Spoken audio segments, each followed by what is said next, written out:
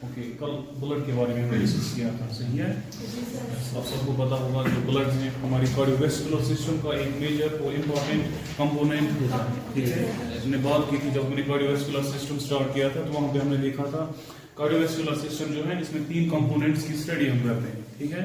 इसमें हमने देखा था वहाँ पे एक इम्पोर्टेंट ऑर्गन होता है, उसको हम हार्ट कहते हैं, उस बारे में स्टडी की जाती है। इसी तरह वहाँ पे हमारी ब्लड वेसल्स होती हैं, उन बारे में स्टडी की जाती है। इसी तरह इन ब्लड वेसल्स में फ्लूइड एक होता है जिसको ब्लड हम नाम देते हैं, तो उस बारे में वहां पे हमने स्टडी करनी होती है, ठीक है। तो फिलहाल जो इसमें हार्ट था उसके बारे में हमने ऑलरेडी पढ़ा हुआ था, है ना, यस। उसके बाद हमने स्टार्ट किया था कल ब्लड, ठीक है। ब्लड आप सबको पता होगा ये टिश्यू होता है, फ्लूइड फॉर्म में होता है, यस, जो बॉडी की डिफरेंट फिजियोलॉजीज को मेंटेन करता है, ठीक है। हमारी बॉडी की यस होम्योस्टेसिस, ठीक है। हमें सर्वाइव करने के लिए ब्लड की जरूरत है। अगर हमें ब्लड नहीं होगा तो हमें सर्वाइव करना बहुत मुश्किल है ना। हमारी बॉडी के जो पेरिफेरल टिश्यूज हैं, वाइटल ऑर्गन्स हैं, जितने भी टिश्यूज हैं, हर टिश्यू तक नरिशमेंट न्यूट्रिशन प्रोवाइड करता है, इसी ब्लड के थ्रू पॉसिबल होता है ना। अगर ब्लड नहीं होगा तो उन तक न्यूट्रिशन ही नहीं पहुंचेगा, वो सर्वाइव ही नहीं करेंगे। इसलिए ये मोस्ट इंपॉर्टेंट फ्लूइड हमारी बॉडी का होता है, जिसकी वजह से हम सर्वाइव करते हैं, ठीक है। आपने बड़ी बार सुना होगा मतलब केसेस में कि एनीमिया होता है पेशेंट्स को, है ना। और जब एनीमिया होता है फिर उनको फैटीग होता है, तो जो थकान मतलब ज्यादा था, ठीक है, उनको वीकनेस होती है ना, वो काम नहीं कर पाते हैं, वो डेली एक्टिविटीज में पार्टिसिपेट नहीं कर पाते हैं, उनकी डाइजेस्टिव प्रॉब्लम्स होती हैं, ठीक है। इसी तरह उन केसेस को क्या होता है, उनको नींद भी नहीं आती है ना। अगर आपको कभी नींद नहीं आती है तो आपको बोलते हैं ब्लड टेस्ट कर दीजिए, है ना। और एक सिम्टम होता है एनीमिया का, निदर्शन बराबर ये है। तो ये डिफरेंट सिम्टम्स हैं, ठीक है, ये जो हमने ऑलरेडी नोट्स किए हैं इस ब्लड की डिफिशिएंसी की वजह से, ठीक है। तो इससे भी हमें क्लियर होता है कि जो हमारा ब्लड है ये मोस्ट इंपॉर्टेंट हमारी बॉडी का फ्लूइड होता है, जो बॉडी की होम्योस्टेसिस को क्या करता है, मेंटेन करवाता है। होम्योस्टेसिस मीन्स इक्विलिब्रियम, ठीक है, बॉडी की जो बैलेंस होती है उसको मेंटेन करवाता है, ठीक है।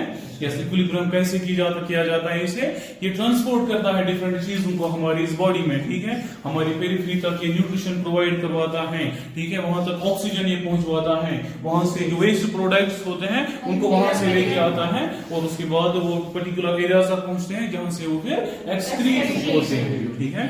इसी तरह हमने देखा हार्मोन्स को ये ट्रांसपोर्ट करता है, सही है। तो दैट मीन्स डिफरेंट फिजियोलॉजीज जो है वो पॉसिबल इसी ब्लड की वजह से होती हैं। अगर ये ब्लड नहीं होगा तो वो फिजियोलॉजीज मेंटेन नहीं होंगी, ठीक है। और जब वो फिजियोलॉजीज मेंटेन होती हैं तो बॉडी में बैलेंस रहता है। अगर वो फिजियोलॉजीज मेंटेन नहीं होंगी तो वहां पे इम्बैलेंस होगा, ठीक है। जो वो कोऑर्डिनेशन है वो तभी मुमकिन है, अगर नहीं होगा तो फिर कोऑर्डिनेशन भी बॉडी का नहीं होता, ठीक है।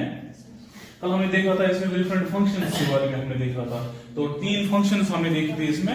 यस, इसमें हमने देखा था ट्रांसपोर्टेशन होता है, इसमें हमने देखा था प्रोटेक्शन होता है, और जिसमें हमने देखा था रेगुलेशन होता है, ठीक है। डिफरेंट सब्सटेंसेस को ये ट्रांसपोर्ट करवाता है, जिसमें हमने ऑक्सीजन देखा था, इसी तरह कार्बन डाइऑक्साइड देखा था, इसी तरह न्यूट्रिएंट्स हमने देखे थे। तो इस प्रोडक्ट्स इसमें होते हैं और हार्मोन्स इसमें होते हैं, ठीक है। यस, इन सारे जो सब्सटेंसेस ये होते हैं इनको ये ट्रांसपोर्ट करवाता है, ठीक है। यस, इसी तरह अगर हम देखेंगे इसको एक और फंक्शन क्या होती है, रेगुलेशन, मेंटेन करता है, ठीक है। इसमें बॉडी टेम्परेचर को बैलेंस करता है, इसी तरह पीएच सिस्टम को मेंटेन करके रखता है, पीएच को बैलेंस ही करता है, और जो वाटर एंड इलेक्ट्रोलाइट बैलेंसेस हैं वो इसी ब्लड की वजह से होती है, ठीक है। और एक लास्ट फंक्शन हमने इसमें देखा था कि ये प्रोटेक्शन होती है, ठीक है। प्रोटेक्शन में हमने देखा था हमारे ब्लड में एक स्पेशल टाइप ऑफ सेल्स होते हैं जिनको WBCs हम कहते हैं, ठीक है, जो एक्ट करते हैं हमारी बॉडी में सोल्जर्स, ठीक है। ये किसी भी फॉरेन बॉडी को हमारी बॉडी में आने नहीं देते हैं, या अगर कोई फॉरेन बॉडी आती भी है तो ये उसको ग्रो करने नहीं देता है, उसकी ग्रोथ को सप्रेस करता है, उसको डैमेज करने की कोशिश करता है, उसको हमारी बॉडी में कोई भी नेगेटिव इंपैक्ट या नेगेटिव इन्फ्लुएंस होने नहीं देता है, ठीक है। यस, इसी तरह एक और फंक्शन हमने देखा था इसमें क्लॉटिंग, ठीक है। इस ब्लड की वजह से क्लॉटिंग भी होती है, ठीक है। इसमें एक स्पेशल टाइप ऑफ प्रोटीन्स होते हैं जिनको हम नाम देते हैं क्लॉटिंग फैक्टर्स, ठीक है। तो वो क्लॉटिंग फैक्टर्स क्या करते हैं, क्लॉट बनाना, ठीक है। यस, वो क्लॉट बनाते हैं, और उसके बाद जब क्लॉट बनता है तो वो फिर ब्लीडिंग नहीं अलाउ करता है, ठीक है। और अगर ब्लीड्स अलो होंगे, अगर कंटिन्यूअसली ब्लीड गए तो उन केसेस को फिर चांसेस होते हैं कि हिमोरेज गसान पर, है ना। हिमोरेज क्या होता है? एक्सेसिव लॉस ऑफ ब्लड, ठीक है। जब एक्सेसिवली ब्लड लॉस होगा और उस ब्लड लॉस होने की वजह से जब डिफरेंट फिजियोलॉजीज बॉडी की अफेक्ट होंगी वो कहलाएगा हिमोरेज, ठीक है। तो उसको ये होने नहीं देता, उसको ये प्रिवेंट करता है, ठीक है। और आपने केसेस देखे होंगे, कुछ कंडीशंस होती हैं लाइक हीमोफीलिया, सुना है कभी? हीमोफीलिया जो है कंजेनिटल ये प्रॉब्लम एक होती है, ठीक है, कंजेनिटल डिसऑर्डर है जिसमें ये क्लॉटिंग फैक्टर्स जो होते हैं कुछ एब्सेंट है, ठीक है। यस, जो क्लॉटिंग फैक्टर्स हैं जब वो एब्सेंट हो गए उसके बाद जब इनको माइनर कट्स लगते हैं, माइनर इंजरीज है गसान, उसके बाद जब क्लॉटिंग फैक्टर्स से एब्सेंट हैं, ठीक है, तो उस वजह से क्या होता है? क्लॉटिंग चंदासिनी जो प्रोसेस ऑफ कोगुलेशन है वो होती नहीं है और इन पेशेंट्स को कंटिन्यूअसली ब्लीड्स होते हैं और इनको मतलब हिमोरेज होता है, ठीक है। ये हायर रिस्क पे होते हैं हिमोरेज डेवलप होने के लिए, ठीक है। क्लियर हुआ सबको? ओके। हमारा जो नेक्स्ट इसमें कंपोनेंट है that is composition of blood, ठीक है। ब्लड का कंपोजिशन दैट मींस जो ब्लड है ये डिफरेंट कंपोनेंट्स का बना होता है, डिफरेंट सब्सटेंसेस का बना होता है। तो वो डिफरेंट सब्सटेंसेस कौन से हैं, ठीक है, कौन से कंपोनेंट्स हैं जो उस ब्लड को क्या करते हैं? फ्रेम करते हैं, ठीक है। तो अगर हम ब्लड का कंपोजिशन देखते हैं, ये हम दो हेडिंग्स के अंदर डिस्कस करते हैं, ठीक है। दो पार्ट्स में ये ब्लड पहले हम क्या करते हैं?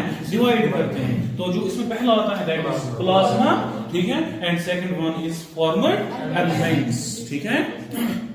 पहला होता है plasma and second is formed elements. Plasma की अगर हम बात करेंगे, ये जो आसान 55% जो टोटल ब्लड होता है उसका जो 55% होता है दैट इज प्लाज्मा, और जो रिमेनिंग 45% होता है वो क्या होता है? फॉर्मड एलिमेंट्स, ठीक है। सिंपली याद रखना है ब्लड दो मेन कंपोनेंट से बना होता है, एक होता है प्लाज्मा जो कि 55% इस ब्लड में होता है और जो रिमेनिंग 45 है वो होता है फॉर्मड एलिमेंट्स, ठीक है। अभी प्लाज्मा हम देखेंगे ये क्या चीज होता है। ये जो प्लाज्मा होता है ये जो येलोविश जो ये होता है फ्लूइड होता है, ठीक है। हमारी बॉडी में येलो कलर फ्लूइड ये होता है जिसमें डिफरेंट मतलब और फिर सब कंपोनेंट्स आ जाते हैं, डिफरेंट और चीजें होती हैं जिनकी वजह से क्या होता है? फ्रेम हुआ होता है। और वो जो कंपोनेंट्स अगर हम देखेंगे तो हम वाटर नहीं होगा, ठीक है। यस, वाटर इसमें आता है जो कि होता है इस प्लाज्मा में 90 से लेके 92% इसमें वाटर होता है। और उसके बाद इसमें जो सेकंड कंपोनेंट आता है दैट इज प्रोटीन्स, और प्रोटीन्स कितना होता है? 7%, ठीक है। जहां पे मेजर जो कॉन्स्टिट्यूएंट इस प्लाज्मा का होता है वो होता है वाटर जो कि 90 से 92% होता है। उसके बाद जो सेकंड नंबर पे मेजर कॉन्स्टिट्यूएंट इसका होता है वो होता है प्रोटीन्स, ठीक है। और प्रोटीन्स में 3 तरह के प्रोटीन्स यहाँ पे होते हैं। नंबर 1 इज एल्ब्यूमिन, ठीक है। एल्ब्यूमिन जो होता है इसका एक इंपॉर्टेंट फंक्शन होता है ऑस्मोटिक बैलेंस से करता है, ठीक है। Osmotic balance means fluid balance से मेंटेन करता है, ठीक है। जो बॉडी की फ्लूइड लेवल्स होती हैं वो इस प्रोटीन की वजह से मेंटेन होती है, सही है। इसी तरह दूसरा प्रोटीन जो इसमें होता है दैट इज ग्लोबुलिन, ठीक है। ग्लोबुलिन की अगर हम बात करेंगे इसमें मोस्टली इम्यूनोग्लोबुलिन की हम मतलब स्टडी करते हैं। तो ये क्या करता है? ये फाइट करता है अगेंस्ट फॉरेन बॉडीज, ठीक है। इम्यून सिस्टम जो हमारा होता है, ठीक है, वो यस तो फॉरेन बॉडीज जब हमारी बॉडी में एंटर करते हैं उनको ये क्या करता है? उनके अगेंस्ट फाइट करता है, उनको ये हमारी बॉडी पे मतलब नेगेटिव इम्पैक्ट्स होने नहीं देता है, ठीक है। तो ये दूसरा प्रोटीन इसमें आता है। Third one is clotting factors, ठीक है। क्लॉटिंग फैक्टर्स की अगर हम बात करेंगे डिफरेंट क्लॉटिंग फैक्टर्स होते हैं, ठीक है, जिनका रोल रहता है हमारी क्लॉटिंग में, सही है। यस, तो क्लॉटिंग फैक्टर्स मोस्टली आप अगर आप देखोगे यहाँ पे जो थर्ड कंपोनेंट होता है बहुत सारी बुक्स में सिर्फ फाइब्रिनोजन दिया होता है, ठीक है। अगर आपने बुक्स देखी होंगी वहां पे फाइब्रिनोजन लिखा होता है। फाइब्रिनोजन जो होता है जो मेन क्लॉटिंग फैक्टर आता है, ठीक है। और इसी वजह से वही एक यहाँ पे दिया होता है, ठीक है। तो ये जो क्लॉटिंग फैक्टर्स हैं इसमें सारे फैक्टर्स आएंगे। फाइब्रिनोजन इसमें आता है, प्रोथ्रोम्बिन इसमें आता है, थ्रोम्बोप्लास्टिन इसमें आता है, ठीक है। ये सो यहाँ पे भी हमने मेंशन किए हुए हैं, ठीक है। 3 क्लॉटिंग फैक्टर्स होते हैं, सही है। इसमें पहला क्लॉटिंग फैक्टर आता है जिसको हम फाइब्रिनोजन नाम देते हैं, ठीक है। सेकंड वन इज प्रोथ्रोम्बिन, ठीक है। उसके बाद थर्ड वन जो इसमें होता है दैट इज टिश्यू फैक्टर या थ्रोम्बोप्लास्टिन हम इसको नाम देते हैं, ठीक है। इसी तरह fourth one is calcium, yes next is level factor, उसके बाद स्टेबल फैक्टर्स इसमें आते हैं, एंटी फैक्टर इसमें आता है, क्रिसमस फैक्टर इसमें आता है, ठीक है, स्पॉट यस फैक्टर इसमें आता है, प्लाज्मा थ्रोम्बोप्लास्टिन एंड एंटीजन इसमें आता है, ठीक है, हेगमोन फैक्टर इसमें आता है, एंड फाइब्रिन स्टेबलाइजिंग फैक्टर इसमें आता है, ठीक है। ये 13 फैक्टर्स होते हैं जो आपको याद रखने हैं, ठीक है, और ये सीक्वेंस में रखने हैं, ठीक है। इसको फैक्टर 1 नाम में पढ़ा है, ठीक है, फाइब्रिनोजन, तो ये फैक्टर 1 नहीं होगा, आप यहाँ लिखोगे फैक्टर 1 फिर यहाँ पे उसको लास्ट वाला लिखोगे, ऐसा नहीं चलेगा, ठीक है। हर फैक्टर को अपना मतलब नंबर है, ठीक है, फैक्टर 1 जो है वहां पे फाइब्रिनोजन ही आएगा, ठीक है, तो ये आपने याद रखना है, इसको नोट तो नहीं करना है आपने, आपको पीपीटी आएगी तो वहां से आप ये नोट डाउन कर दोगे, ठीक है।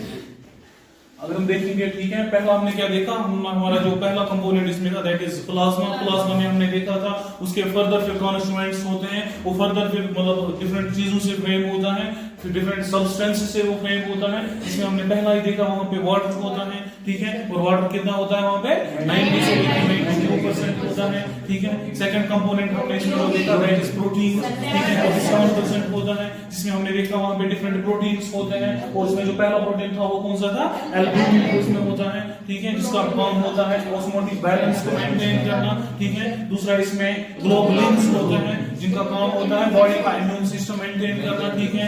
यस थर्ड वन इसमें जो आता है दैट इज क्लॉटिंग फैक्टर्स, और क्लॉटिंग फैक्टर्स में डिफरेंट क्लॉटिंग फैक्टर्स होते हैं, ठीक है, 13 क्लॉटिंग फैक्टर्स आते हैं, और अगर आप बुक्स पे देखोगे डिफरेंट बुक्स पे मतलब बहुत सारी बुक्स पे ऐसा भी लिखा होगा वहां पे जस्ट फाइब्रिनोजन होता है, ठीक है, और फाइब्रिनोजन जो है ये मेन क्लॉटिंग फैक्टर होता है, तो वही एक वहां पे मेंशन किया जाता है, सही है। यस और ये जो क्लॉटिंग फैक्टर्स होते हैं इनका क्या रोल होता है, ये क्लॉटिंग करते हैं, कोगुलेशन ऑफ ब्लड जो होती है उसको ये मेंटेन करते हैं, ठीक है। यस अगर हम फिर उसके बाद अदर सब्सटेंसेस हमने देखा, पहला कितना था 90 से 92, सेकंड था 7%, ठीक है, उनको छोड़ के फिर कुछ और सब्सटेंसेस इसमें होते हैं, कुछ और कंपोनेंट्स होते हैं, जिसमें पहला ही हमें आता है इलेक्ट्रोलाइट्स, ठीक है, इलेक्ट्रोलाइट्स इस प्लाज्मा में हमें प्रेजेंट होते हैं। उसके बाद नेक्स्ट इसमें आता है न्यूट्राइएंट्स, ठीक है, इसमें एग्जांपल ग्लूकोज हम देख सकते हैं, अमीनो एसिड्स हम देख सकते हैं, ठीक है। इसी तरह वेस्ट प्रोडक्ट्स इसमें आते हैं, इसमें यूरिया आता है, क्रिएटिनिन हम एग्जांपल्स कह सकते हैं, ठीक है, जो एंड मेटाबॉलिक वेस्ट प्रोडक्ट्स होते हैं। इसी तरह हेपेरिन इसमें आता है, ठीक है। यस और लास्ट वन जो इसमें दैट इज हार्मोन, ठीक है। ये अदर सब्सटेंसेस जो रिमेनिंग 1 to 2% इसका फिर बचता है वो क्या होता है, ये सब्सटेंसेस होते हैं जो इस प्लाज्मा को क्या बनाते हैं, उसको फ्रेम करते हैं।